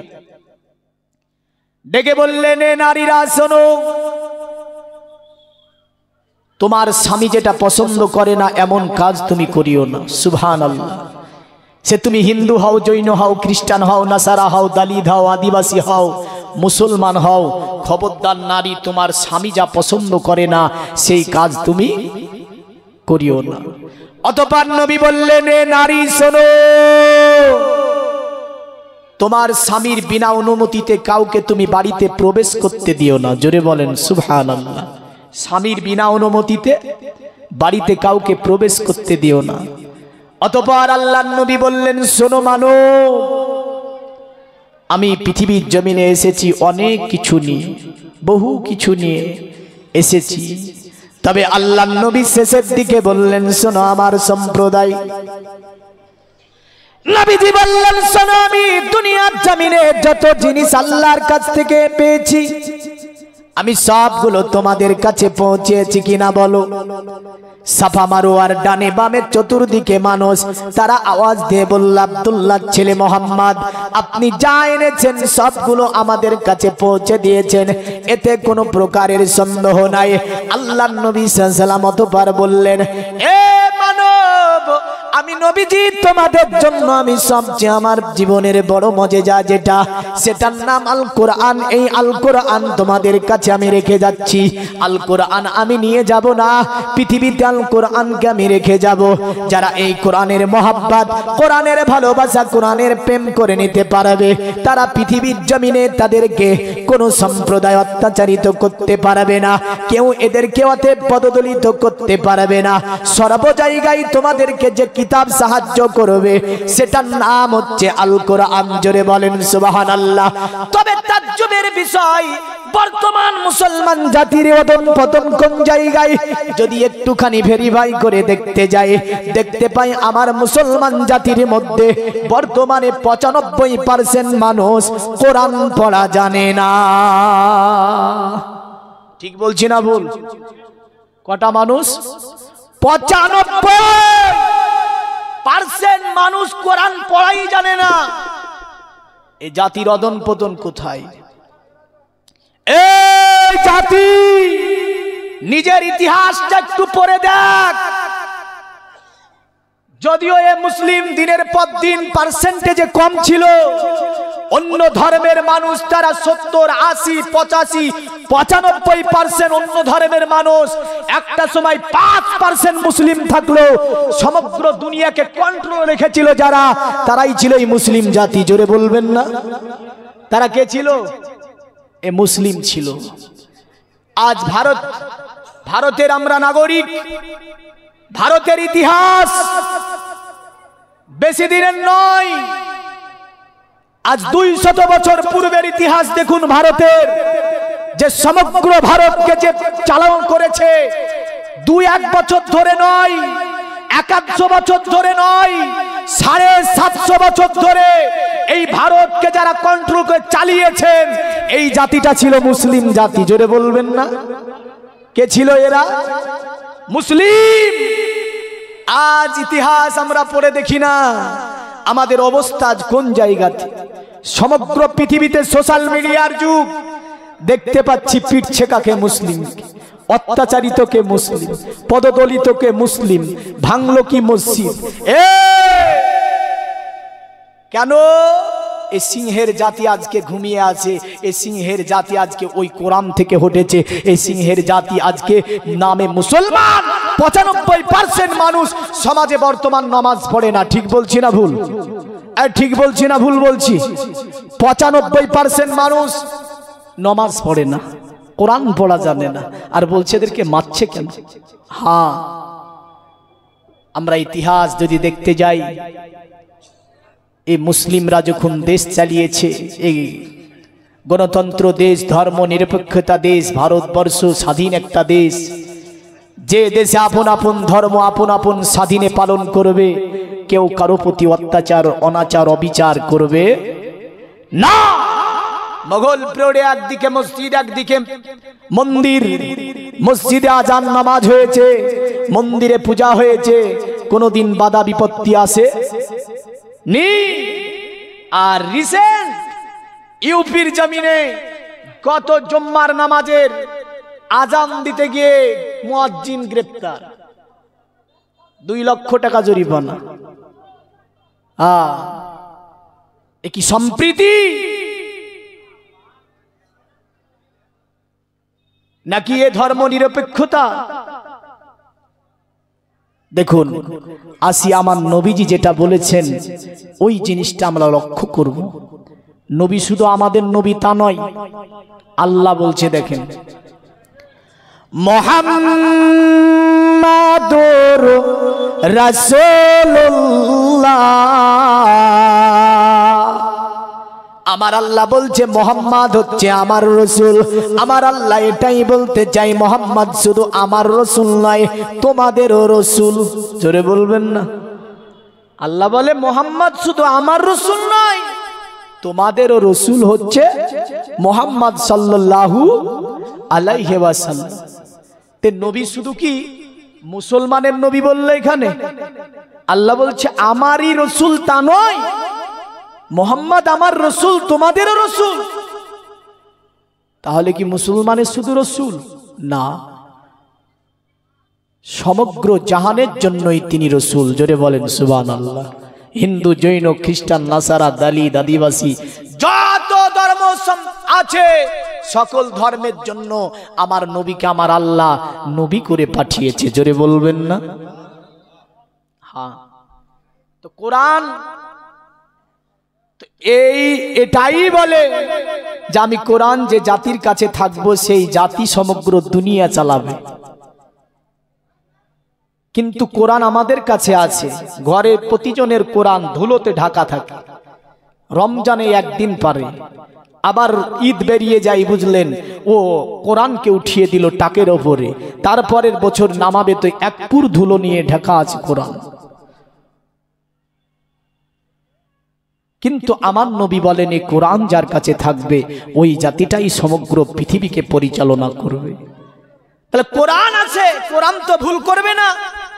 ভুল করছে কারা? আমরা। কোরআন বলে জালিকাল কিতাব লা রাইবা ফি, এ ও কিতাব जिसके अंदर कोई शक की सुबह नहीं। এটা হচ্ছে ওই কিতাব যে কিতাবের মধ্যে সন্দেহ তো সন্দেহ, সন্দেহের অবকাশ নাই। জোরে বলেন সুবহানাল্লাহ। এখন নবীজি বললেন, আমি তোমাদের কাছে সবচেয়ে বড় জিনিস যেটা রেখে যাচ্ছি সেটার নাম আল কোরআন। জোরে বলেন। তো যিনারা কোরআন পড়া জানেন না মনে মনে বলে নেন তো ইনশাল্লাহ কোরআন পড়া শিখে নেব। আজকের ওয়াজ থেকে এটাই নিয়ে যাবেন, বাদ বাকি ওয়াজ শুনেন। নিলেন তো? যিনারা কোরআন শরীফ পড়া জানেন না মনে মনে বলেন যে আমি কোরআন শিখে নেব। একটা জালসায় গিয়ে একটা করে মানেন, জীবন সার্থক হয়ে যাবে, জীবন ধন্য হবে, দুটি জগৎ কল্যাণ হবে। আর যদি মনে করেন না সবগুলো ঝেড়ে ঝুড়ে এখানেই রেখে যাব, কোনো কাজ হবে না। আসি তো মুহাম্মদ সাল্লাল্লাহু আলাইহি সাল্লাম তিনি বললেন, আমার সবচেয়ে বড় মজেজার নাম হচ্ছে আল কোরআন। আল্লাহর নবী বললেন, শোনো আমার সম্প্রদায়ে আমি নবীজি চলে যাব, তবে আমি তোমাদের কাছে এই কোরআনটাকে রেখে যাব। এই কোরআনটা তোমরা বুকের সঙ্গে আঁকড়ে ধরে থাকবে। পৃথিবীর কোনো সম্প্রদায়, কোনো জাতি তোমাদেরকে অত্যাচারিত করতে পারবে না। পৃথিবীর মুমিন মুসলমান আজ থেকে 1500 বছর আগে মুহাম্মদ সাল্লাল্লাহু আলাইহি সাল্লামের কাছে কিছু ইহুদির দল গেল, দেওয়ার পরে আমার নবীজির কাছে আপনার একটা আলোচনায় বসলো। তাদের টার্গেটটা ছিল কি? তাদের টার্গেটটা ছিল মুসলিম অত্যাচারিত কি করে করা যায়, মুসলিমদের নারীগুলোকে কি করে অপমানিত করা যায়, মুসলিমদের আইনকে কিভাবে লঙ্ঘন করা যায়, মুসলিমদের কোরআনের আইনগুলো কিভাবে মিটানো যায়, মুহাম্মদ যেটা বলেছে তা কি করে মিটানো যায়। এই টার্গেট আজকের নয়, আপনার আমার নবীর যুগ থেকে চলে আসছে আজ পর্যন্ত, কিয়ামত পর্যন্ত তাদের টার্গেট একই রকম ভাবে থাকবে। তবে তারা অনেক অংশে সাকসেসফুল হয়েছে। বর্তমান আমাদের চলাফেরা, খাওয়া দাওয়া, উঠা বসা, আখলাক, চরিত্র, আমাদের লাইফ স্টাইল যেটা বেশির অংশই ইহুদির মতো হয়ে গেছে। ইহুদিরা আপনার যেমন করে জন্মদিন পালন করে, আপনার বড় বড় কেক কাটে, কেক কাটার পরে গানা বাজনা করে, এমন করে বিভিন্ন কিছু আমাদের বাড়ি বাড়ি দেখা যায়। এমন করে আমাদের সমাজে দুনিয়ার মুমিন মুসলমান পুষ মাসে আপনার এই যে আগামীকাল শুরু হবে, আমাদের যুবকেরা কি করে, একদম 10 জন 20 জন মিলার পরে বড় বড় ডিজে নেয়, তারপরে মাঠের মধ্যে যায় আপনার ডিজে বাজিয়ে দেয়, তারপরে নাকি বনভোজন করে। এটা মুসলমানের কোন রীতি নয়। আমার মুসলমান জাতির মধ্যে অনেক ধরনের আপনার অন্য জাতির এই যে আপনার রীতিনীতিগুলি ব্যাপকভাবে আমার মুসলমানের মধ্যে চলছে। যেমন করে বড়দিনের কেক খাওয়া, বড়দিনের কেক কেটে কেটে আপনার মুসলমান কিছু কিছু আপনার বিতরণ করে আর কেক খায়। বড়দিনকে আপনার বড়দিন, ছোট দিন ইত্যাদি ধর্মীয় বিষয়ে আপনার এতে কোনো আপনার শরীয়তের বিধান যে এসেছে যেগুলো পালন করতে হবে তা নয়, কিন্তু আমার সমাজে এগুলো মোটামুটি পালন করতে চলছে। দুনিয়ার মুমিন মুসলমান শুনে রেখে দেবেন, আমার নবীজি বলেছেন, মান তাসাব্বা বিকৌমিহি ফাহুয়া মিনহুম। শোনো আমার সম্প্রদায়, তোমার উঠা বসা, চলাফেরা, খাওয়া দাওয়া, আখলাক, চরিত্র, পোশাক আশাক যে জাতির সঙ্গে মিলবে, তোমার আদর্শ লাইফ স্টাইলটা অন্য জাতির সঙ্গে যদি মিলে যায়, তাহলে কালকে আমাদের দিন তোমার যদি চরিত্র হিন্দুর মতো হয়, হিন্দুর সঙ্গে আল্লাহ তোমাকে উদিত করবে। যদি খ্রিস্টানের মতো হয়, খ্রিস্টানের সঙ্গে আল্লাহ তোমার হাসন নাচর করাবে। যদি ইহুদির মতো হয়, ইহুদির সঙ্গে তোমার হাসন নাচর হবে। আর তোমার জীবনের স্টাইলটা, আদর্শটা যদি মুসলমানের যে আদর্শ, আমার নবী যে আদর্শ দিয়ে গিয়েছে, সেই আদর্শের ওপরে যদি তুমি অটল থাকতে পারো, সেই আদর্শ মেনে নিয়ে যদি চলতে পারো, আল্লাহর নবী বললেন কালকে আমাদের তোমাকে আল্লাহ মুসলমানের সঙ্গী তোমার হাসর নাসর করিয়ে দেবে। আরো জোরে বলা যাবে না? আমার নবীর কাছে ওই সম্প্রদায় ইহুদি দলটা আসলো, আসার পরে মুহাম্মাদের কাছে বসলো। বসার পরে তাদের টার্গেটটা ছিল এই ছিল যে মুসলমানের নারীগুলোকে অপমান কি করে করা যায়। কারণ মুসলমান নারীগুলি আপনার, মুসলমানের নারীর পোশাক হবে আলাদা। অন্য ধর্মে যদিও দেখতে পায় নারী পুরুষের মধ্যে কোনো আপনার পোশাকের ব্যবধান দেখা যায় না। কারণ স্যুট পরে মেয়েরা, ছেলেরাও স্যুট পরে, গেঞ্জি আপনার পরে ছেলেরা, মেয়েরাও গেঞ্জি পরে। আপনার ছেলেরা আপনার কি করে, বিভিন্ন আপনার কোট ইত্যাদি টাইট ফিটিং গুলো পরিধান করে, মেয়েরাও পরিধান করে। শরীয়ত, আমার শরীয়ত বলে শোনো, যে নারী অতএব পুরুষের পোশাক পরে চলাফেরা করবে ওই নারীটা জান্নাতে যাবে না। আমার নবী অনুরূপ বলেন, অতএব নারীর পোশাক পুরুষ তুমি ব্যবহার করতে পারবে না, আর এ নারী তুমিও পুরুষের পোশাক ব্যবহার করতে পারবে না। জোরে বলেন সুবহানাল্লাহ। জগতের মুমিন মুসলমান নবীজি বললেন পুরুষের পোশাকের কথা। আমার নবী বললেন পুরুষ পরবে কত দূর, বলে হালকুম থেকে নিয়ে ঘাটনুর উপর পর্যন্ত পুরুষ ঢেকে শুনে চলাফেরা করবে।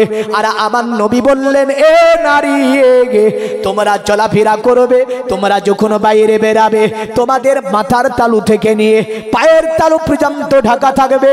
এটাই হচ্ছে ইসলাম, এটাই হচ্ছে শরিয়ত। জোরে বলেন সুবহানাল্লাহ। তবে আমার সমাজে পর্দা আর নাই, পর্দাকে আমরা দাফন করে দিয়েছি।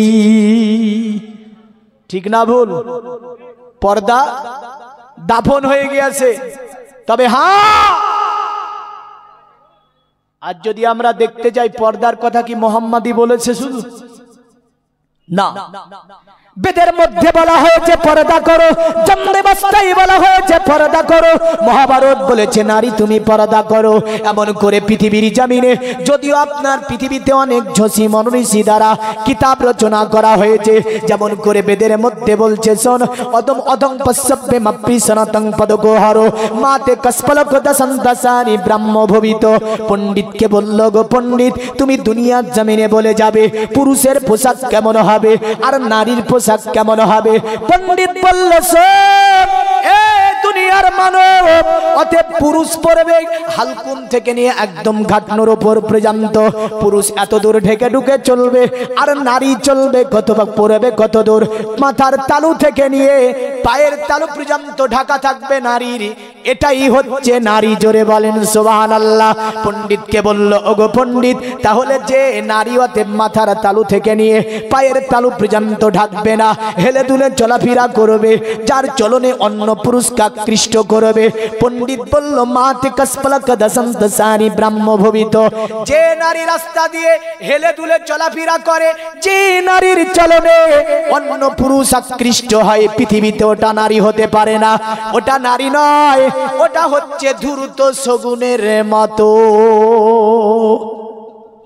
এটা সনাতন ধর্মে বলেছে যে ওই নারীটা নারী নয়, যে নারীর চলনে অন্য পুরুষ আকৃষ্ট হয়। ও নারী কিসের? নারী যে হবে সে তো মাথার তালু থেকে নিয়ে পায়ের তালু পর্যন্ত তার ঢাকা থাকবে। নারীর চলন হবে সংযমী। নারী যখন চলবে পদযুগলের দিকে তাকিয়ে তাকিয়ে চলবে। এটাই হচ্ছে পৃথিবীতে নারী। জোরে বলবেন না? তাহলে শুধু ইসলাম কি বলল?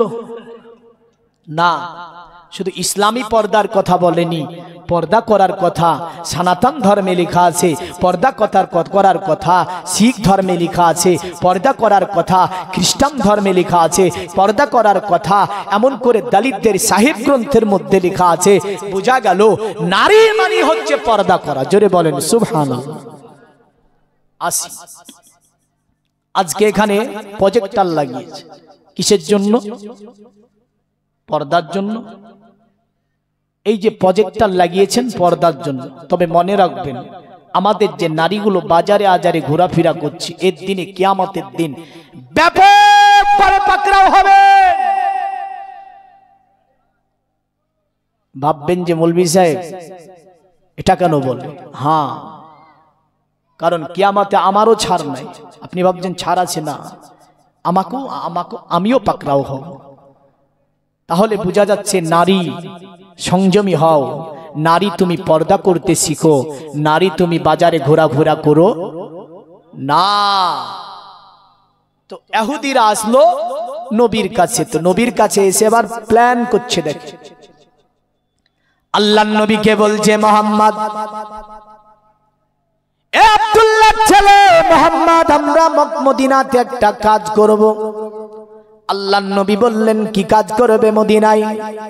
তারা বলল, আব্দুল্লাহর ছেলে মোহাম্মদ, আমরা একটা মানুষের সেবার জন্য, মানুষের সেবা দেওয়ার জন্য সুন্দর করে একটা জায়গা নির্ণয় করব যেখানে ফ্রি ভাবে মানুষকে দেখাশোনা হবে, ফ্রি ভাবে ট্রিটমেন্ট দেওয়া হবে, ফ্রি ভাবে মানুষের সেবা নেওয়া হবে।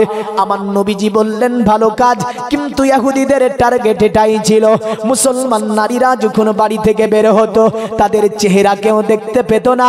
মুসলমান নারীরা যখন বাড়ি থেকে বের হতো তারা যেন মাথার তালু থেকে নিয়ে পায়ের তালু পর্যন্ত ঢেকে ঢুকে বেড়াতো।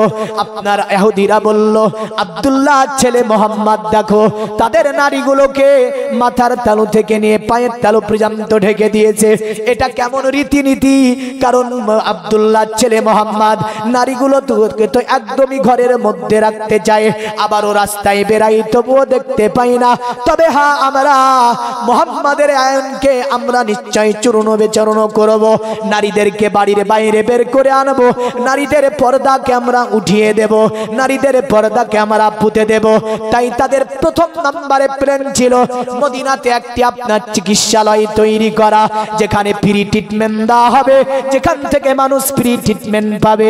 তারা বাগদাদ, মিশর এমন করে বিভিন্ন জায়গা থেকে হাকিম, ডাক্তার, কবিরাজ, বৌদ্ধ ইত্যাদি আনার পরে মদিনার সরজমিনে তারা ট্রিটমেন্ট শুরু করলো। বুঝলেন, বিভিন্ন জায়গা থেকে মানুষ আসে ট্রিটমেন্ট নিতে, কোনো টাকা পয়সা লাগে না, ফ্রি ট্রিটমেন্ট পাওয়া যায়। কারণ বোঝা যায় যে মুসলমানের ঈমানকে ধ্বংস করার জন্য এই রকম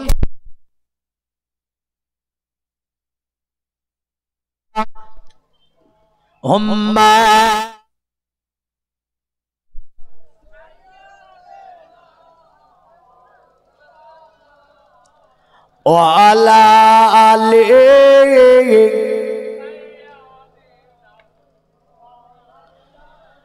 খুশবু খুশবু মিঠা মিঠা দয়ার নবীজির নাম, রওজা ফুলের বাগান। জোরে বলবেন না? আর একটু জোরে বলুন সুবহানাল্লাহ। খুশবু খুশবু মিঠা মিঠা দয়ার নবীজির নাম, রওজা ফুলের বাগান, রওজা ফুলের বাগান। মদিনা শরীফের, মদিনা শরীফের অলি গলিতে কতই না ধুমধাম, রওজা ফুলের বাগান, রওজা ফুলের বাগান। জোরে বলি। দেখেছেন জাজবা কত আমাদের, যে সুবহানাল্লাহ বলতো আমাদেরকে, আমাদের অনীহা, হুজুর আলসি। হ্যাঁ, আমরা সুবহানাল্লাহ যখন জোরে বলবো, কারণ আল্লাহর শুকরিয়া করতে গিয়ে যদি আমরা আমাদের শক্তি ব্যয় করতে না পারি, শক্তি দিয়েছে কে? রিজিক দিচ্ছে কে? সুস্থ রেখেছে কে? আল্লাহ। বেঁচে রেখেছে কে? মারবে কে? আল্লাহ। তাহলে আল্লাহর প্রশংসায় কোন রকমের আমরা আলসি ওজোর নেব না। আরে মদিনা শরীফের অলি গলিতে কতই না ধুমধাম, রওজা ফুলের বাগান, রওজা ফুলের বাগান। খুশবু খুশবু মিঠা মিঠা দয়ার নবীজির নাম, রওজা ফুলের বাগান, রওজা ফুলের বাগান। আল্লাহ আল্লাহ নূরি তাজাল্লা চমকাই পিয়ার গলিতে, দয়ার নবীজির গলিতে, দয়ার নবীজির গলিতে। বাজি মে নুরানি, बज में नूरानी रात नूरानी, देखो जन्नत तेरी बागान।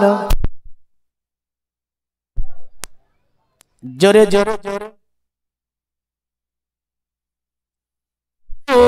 বাগান, রওজা ফুলের বাগান, খুশবু খুশবু মিঠা মিঠা দয়ার নবীজির নাম, রওজা ফুলের বাগান, রওজা ফুলের বাগান, নজদি উহাবি কেমনে যাবি দয়ার নবীজির সামনে, মুখ দেখাবি কেমনে, মুখ দেখাবি কেমনে, তোর নামাজ রোজা সবই বাতিল যাবি জাহান্নাম, রওজা ফুলের বাগান, রওজা ফুলের বাগান।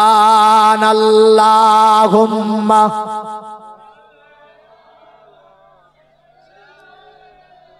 মাওলানা মুহাম্মদ আলা আলিহি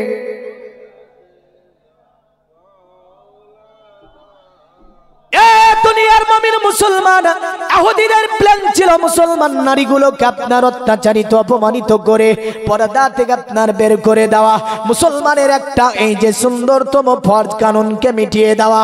আজকে যদি আমরা দেখতে যাই আমাদের অনেক অংশে অনেক কানুনকে ইহুদিরা আপনার মিটাতে চলেছে, এমন করে তাদের প্ল্যান মোতাবেক একটাই টার্গেট, মুসলমানের ঈমানকে কি করে কেড়ে নেওয়া যায়। কারণ বিশ্ব আপনার গবেষণা করে দেখেছে মুসলমানদের সঙ্গে যদি মুসলমানগুলোকে ধ্বংসের পথে ঠেলতে হয় কি করতে হবে, পরমাণু দিয়ে মারা যাবে না, অ্যাটম বম দিয়ে মারা যাবে না। মুসলমান জাতির ইতিহাস তারা গবেষণা করে দেখলো ভারতের সারা জমিনে খাজা একদিকে ছিল, অন্যদিকে লাখো লাখো আপনার বেঈমান বেদিন কাফের ছিল। খাজা গরিবের নামাজের কাছে না ছিল তালোয়ার, না ছিল বল্লম, না ছিল অ্যাটম বম, না ছিল পৃথিবীর কোনো যন্ত্রপাতি। কারণ খাজার সঙ্গে যুদ্ধ পরাজিত হলো ভারতের বিখ্যাত বাদশা, তার নাম ছিল পৃথ্বীরাজ। এই পৃথ্বীরাজ পরাজিত বরণ করেছিল। বলে কি দিয়ে খাজা যুদ্ধ করলো? দেখা গেল যে খাজা গরিবে নামাজ পৃথিবীর কোনো অস্ত্র দিয়ে যুদ্ধ করেনি। খাজা যে অস্ত্র দিয়ে যুদ্ধ করেছিল সেটা ছিল খাজা গরিবে নামাজের ঈমান। কি ছিল? ঈমান। বিশ্বের সংস্থা বললে মুসলমানগুলিকে গোলামাত যদি ধ্বংসের মুখে ঠেলতে চাস তাহলে একটা কাজ তোরা করতে পারিস। ইহুদিরা বলল ওই কাজটা হচ্ছে মুসলমানদের অন্তর থেকে ঈমানকে ধ্বংস করে দেওয়া, মুসলমানের ঈমানগুলোকে নষ্ট করে দেওয়া। যদি মুসলমানের ঈমানকে নষ্ট করে দিতে পারিস মুসলমান অটোমেটিক ধ্বংসের মধ্যে চলে যাবে। কারণ তাদের কাছে গায়েবী সাহায্য আসবে না, রাসূলের কোনো নজর তাদের উপরে আর পড়বে না, আল্লাহর গায়েবী সাহায্য তাদের কাছে আসবে না। তাই তারা পদে পদে পদে পদে এমন ভাবে আপনার সমগ্র পৃথিবীটাকে কন্ট্রোল করলো। আজকে যদি দেখা যায় তাদের সবচেয়ে বড় হাতিয়ারের নাম কি? সবচেয়ে বড় হাতিয়ার হচ্ছে তাদের অ্যান্ড্রয়েড মোবাইল, যেটা সোশ্যাল মিডিয়ার যুগে আজকে তারা পুরা কন্ট্রোল করছে সোশ্যাল মিডিয়াকে। যারা তারাই হচ্ছে ইহুদি। আজ প্রতিটা বাড়িতে প্রতিজনের কাছে দুটো তিনটে করে আসিমাল আছে না নাই? হ্যাঁ, একদিন তারা মোহাম্মদকে বলেছিল চলে সমগ্র বিশ্বকে আমরা কন্ট্রোল করব। খয়বার যুদ্ধে যখন ব্যাপক তারা পরাজিত হয়েছিল মোহাম্মদ সাল্লামের কাছে, আলী শেরে খোদা একাই পুরা খয়বারকে জয়লাভ করে ফেলেছিল। জোরে বলবেন না? হ্যাঁ। তো ইহুদিরা এসে আল্লাহর নবীর কাছে, তো নবীজি বললেন ঠিক আছে করো। তো তারা ওই জায়গা তৈরি করে ফেললো। তৈরি করার পরে চলতেছে পৃথিবীর বিভিন্ন জায়গা থেকে মানুষ আসে, সেবা নাই, সেখান থেকে ট্রিটমেন্ট নাই। কিন্তু আমার নবীজির কোনো সাহাবী সেখানে যায় না। সাহাবী আপনার কোনো বাচ্চাকে নিয়ে যায় না, এমন করে সাহাবী আপনার বাড়ির কোনো মহিলা যায় না। 1 2 3 4 5 6 মাস হয়ে গেছে যখন মুসলমানদের কেউ সেখানে দেখা গেল না। তারা একটা দল আমার নবীর কাছে গেল, যাবার পরে নবীজিকে বলে এ আব্দুল্লাহর ছেলে মোহাম্মদ, অতএব দুনিয়ার জমিনে আপনি আপনার সম্প্রদায়টাকে কি আলাদা ভাবে চালাতে চান? আমার নবী বললেন কেন এমন কথা? তারা বলল আব্দুল্লাহ ছেলে মোহাম্মদ আমাদের সংস্থা থেকে পৃথিবীর বিভিন্ন প্রান্তর থেকে মানুষ আসে, মুলকে শাম, বাগদাদ, সিরিয়া বিভিন্ন জায়গার মানুষ আসার পরে ট্রিটমেন্ট নাই। কিন্তু মোহাম্মদ তোমার কোনো অনুসারী তো কোনোদিন ট্রিটমেন্ট নিতে যায় না, বাচ্চা পর্যন্ত নিয়ে যায় না, মহিলা তো দূরের কথা। আমার নবীজি সেই দিন বলেছিল তাদেরকে, এ মদিনার ইহুদিরা, আমি নবীজি তোদেরকে বলে যাচ্ছি, অতএব আমার উম্মত যদি তাদের জীবনটা আমি নবীজি যা দিয়ে যাচ্ছি সেগুলো যদি তারা গ্রহণ করে নিতে পারে, আজকে 6 মাস হয়েছে, কিয়ামতের সকাল পর্যন্ত আমার উম্মতকে অন্য কোন জাতির কাছে যাওয়া লাগবে না, আমার উম্মত অন্য কোন জাতির কাছে পদদলিত হবে না, কারণ আমি মুহাম্মদ তাদের কাছে যা দিয়ে যাব কিয়ামত পর্যন্ত যদি তারা সেগুলোকে মেনে নিতে পারে, অন্য জাতির কাছে আমার উম্মত অত্যাচারিত হবে না। জোরে বলেন সুবহানাল্লাহ। কিন্তু আমার নবী যা দিয়েছে তা আমরা গ্রহণ করতে পারিনি, নবীর অনুসরণ আমরা করতে পারিনি, নবীর অনুসরণ করতে পারিনি, নবীর ইত্তেবা আমরা করতে পারিনি।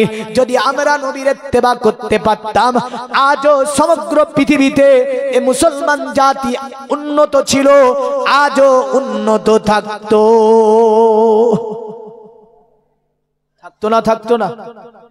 হ্যাঁ, কিন্তু আমরা মুহাম্মদ সাল্লাল্লাহু আলাইহি ওয়াসাল্লামের অনুসরণ করতে পারি নি, কোরআনের আমরা অনুসরণ করতে পারি নি।